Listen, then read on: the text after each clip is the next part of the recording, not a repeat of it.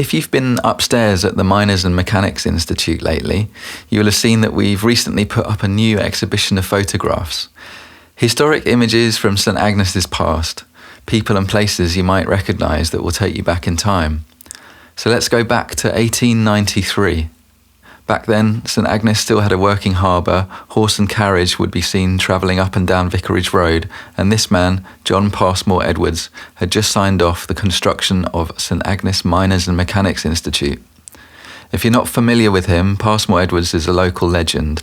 Born just down the road in Blackwater in 1823, after moving to London he amassed a fortune as the owner of the Echo newspaper.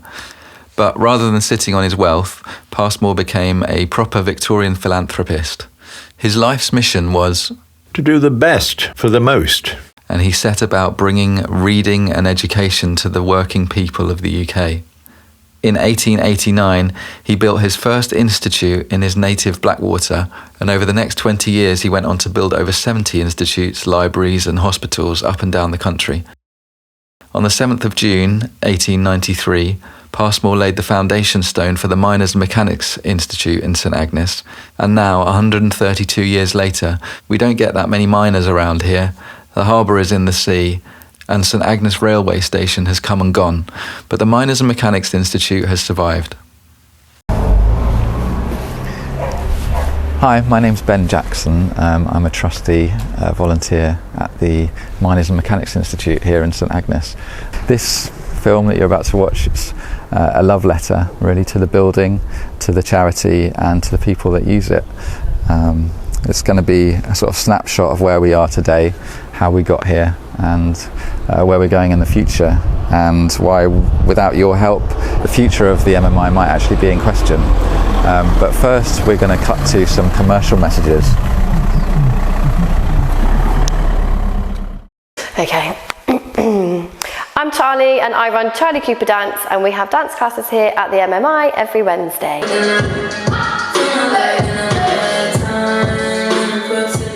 So we first started in March 2024 here. We ran a few dance retreats, and then we've been here since July 2025. Trying to find a studio in Cornwall is like gold dust. So having one here where it's right in the middle of a community is amazing. And we love the fact that we can use the different rooms. So when we have the retreats and stuff, we get downstairs. And then with the new cafe as well, we get to use that as well, which is awesome. And then the free parking at the library also helps a lot.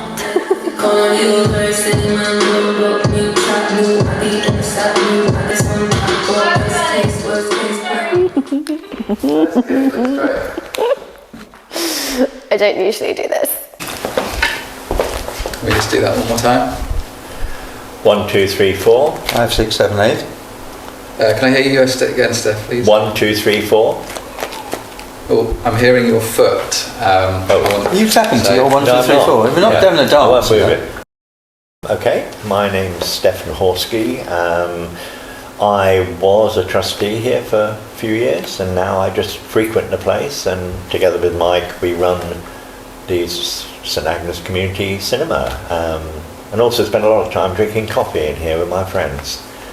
My name is Michael Povey. We thought it would be a great idea to have what we thought was a need for a community cinema. What we found is that people come here not just for the cinema that's local, but they meet their friends here. The bar is open, so it's almost like a social event. They have ice cream at half time, and they very often, or sometimes, help us put everything away as well. So it's really a proper community cinema. And it's been very successful. I can say a few things, because Mike tells me this week, that this is 10 years, almost to this week, when we started the community cinema. So we're on a 10-year anniversary. So we've seen how the MMI got its start, and over the last century the building has been on a roller coaster of ups and downs. It's been a library and a lecture hall, a refuge for evacuees, one of Cornwall's finest snooker halls, a cheap pints, male-only drinking establishment. There have been accusations of embezzlement and fraud, multiple renovations and modernisations, and it's been saved from closure a couple of times. The MMI today is possibly busier than it's ever been. It's a charity, it's a community space, a place to meet, a place to eat, to get fit, to learn, to be entertained. So let's find out more about some of the people behind the Institute, but first, another advert break. My name's Annabelle Dunn, and I'm one of a group of several volunteers who help run the Memory Cafe. For anybody who doesn't know what a Memory Cafe, it's a safe space where people with memory difficulties and their carer or family can come along, they can meet up, socialise, have some fun. We provide activities of all different sorts and lots of tea, coffee and cake. So if you can provide some sort of atmosphere and activity where people can have fun, join in, have a good time. They may not even remember that they've left the house or let alone been to the cafe, but they'll keep that feeling of fun and laughter, and that feeling can last even though actual memories are lost. And for carers, that's very isolating for them too. So if they get a chance to come along and meet people in a similar situation, and we can also help point them into professional help if they need it. So the MMI is perfect. It's central. The room we have, Ennis room, is bright and light, and it lends itself to all different activities. So it's really invaluable, and we couldn't function without it. So I'm Ellie, and I run Hickory Dickory Rock, which is music and movement classes for 0 to 4s from birth right up until when they go to school, with music, movement, sensory, signing, active play, and everyone gets out and socialising as well. Back in 2017, we started as my little ones went to school after I'd been coming to various baby groups in here all the way through. So it's a really special place in my heart already. Having a space like this has been amazing to bring the community together and to get the mums and little ones out socialising with each other. And there's loads of physical and cognitive and social and linguistic developments that go for the little ones as well. But it's really important for the mums to make that community with each other as well, and dads and grandparents and nannies. We've got a full range of everyone who comes in, and to have a space as big as this and in such a welcoming environment has been just amazing to get everyone together.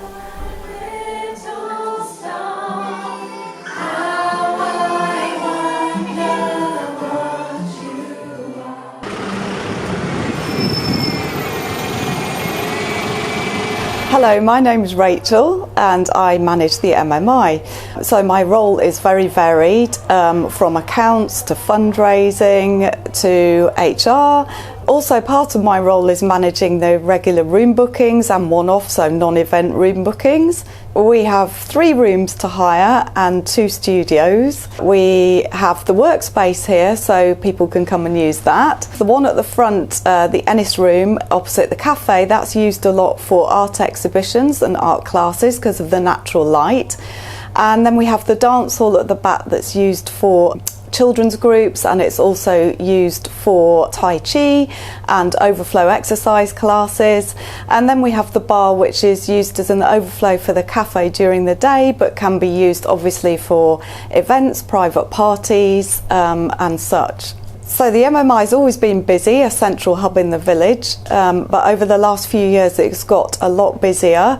We're seeing increased footfall, the classes always are busy, it's got a real buzz about it, and obviously it's great having the cafe here now, bringing a different group of people into the building. I'm Adam Vasey, I run a cafe here called Institute, a very neighbourhood style cafe for the people of the village. And we do pop-ups and events alongside our kind of day-to-day service, but we're consistent and we do 8:30 till 3 every day, 7 days a week, pretty much all year round. So the main thing for me is it fulfills a need as a kind of central hub because of the classes and all the amazing things that are going on within the MMI. I feel like it needed that place that people could meet beforehand or afterwards. And it seems to have worked and fulfilled all those needs, so it's good. Hi, I'm Eliza and I'm the events manager here at the MMI. My work mostly involves putting on different events here and helping people put on their own events here. So we do all sorts of arts programming things, like we do national theatre screenings, we do a regular Friday night jam, we do cinema nights, we do all sorts of really fun things that are kind of organised by either myself or by volunteers here. And then we hire out spaces for community members to host their own events. So most often things like birthday parties, weddings, wakes, everything really. If you want to stay in touch with what's happening here in terms of events, or if you want to hire us to put on something of your own, then you can find us on our website, which is stagnesmmi.co.uk, or you can sign up to our mailing list there, and then we'll email you everything that's happening here. Or you can follow us on Instagram at St Agnes MMI, find us on Facebook. There's a ton of different ways that you can keep up to date with what we're doing. I'm Neil, and I run the Painting for Beginners classes here at the MMI. Painting for Beginners is a comprehensive painting class where we take people who have never really painted before in their lives and just have a passion for painting, and we give them the tools through demonstrations of the natural world, painting the natural world, learning about colour theory, colour harmony, composition and design, and we give them all the tools they need to create the artwork that they would be really proud of, and then continue to mentor them into developing their own style and their own artistic practice. We absolutely adore this room in the MMI because of the beautiful light, the beautiful window. It creates a lovely natural lighting for an artist, and it's just the perfect conditions to foster friendships and create really lovely artwork. Hi, I'm Sarah Capper, and I run the local St Agnes Food and Craft Market. The craft market attracts many different artists from around the county. I've currently got 26 stall holders on a regular basis, but quite a long wait list of people wanting to come and join. We have artists, painters, and we have people who do felting. We've got people who do fused glass, jewellery, ceramics, all locally produced. We've got a chocolatier who's new to chocolatiering in the village. The MMI is very important. It's the centre of the village, and it creates a hub for lots of activities, including the craft market.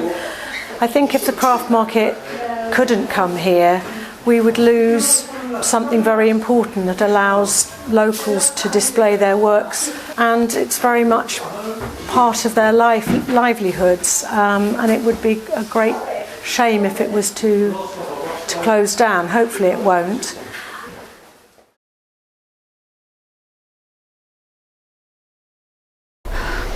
So it's going to be the sort of sad piano part of the film. Oh, is it? Just this, I think this is the bit where we're going to talk about like the trouble that we're in, and some sort of facts and figures about where we are and why we're doing this now.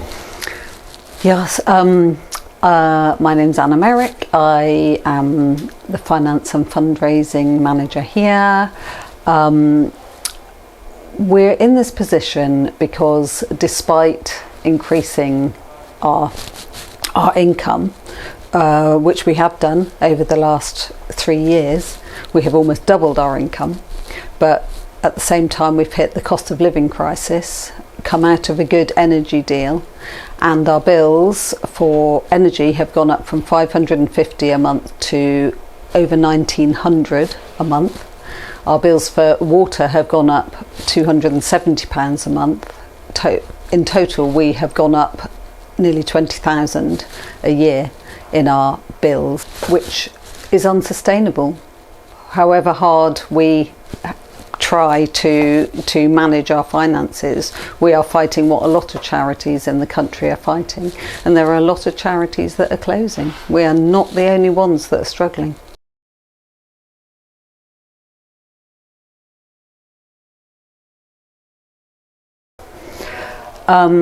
We are a community centre, and as such we are here for everybody in the community, and a lot of people run their businesses from here, want to come and join classes, want to come to events. It's really important that we keep our prices affordable for people. That's why we're here, for everybody. If things continue as they are and we don't change things and we don't have more support or we don't raise more money from grants, then we are looking at a £40,000 deficit by the end of the financial year, the end of March. And to be responsible, we have to start the wind down process when we have 35,000 in the bank. And from our projections, that is due to be next summer. And that will allow us 3 months to wind down and responsibly let our staff go, make sure people have the payments that they're due and our bills are paid. I'm Hilary and I'm one of the trustees here at the MMI. We do feel really hopeful about the future of this building, and we know that with the support of our community we will be able to keep the building open and thriving for another 100 years plus. So for anyone who's watching the video and would like to know how you can help, we'd really encourage you to set up a monthly donation, so become one of our MMI legends. There are various perks that come with that. By becoming an MMI legend or a total legend, which are the 2 tiers, there are various benefits that you'll enjoy. Apart from the fact that you know you'll be supporting us, you will also get discount in the cafe in some of our classes. You get free drinks when you come to our events, free coffee when you work in our workspace, and loads of other great things. But for full information, visit our website and you'll be able to find everything you need there.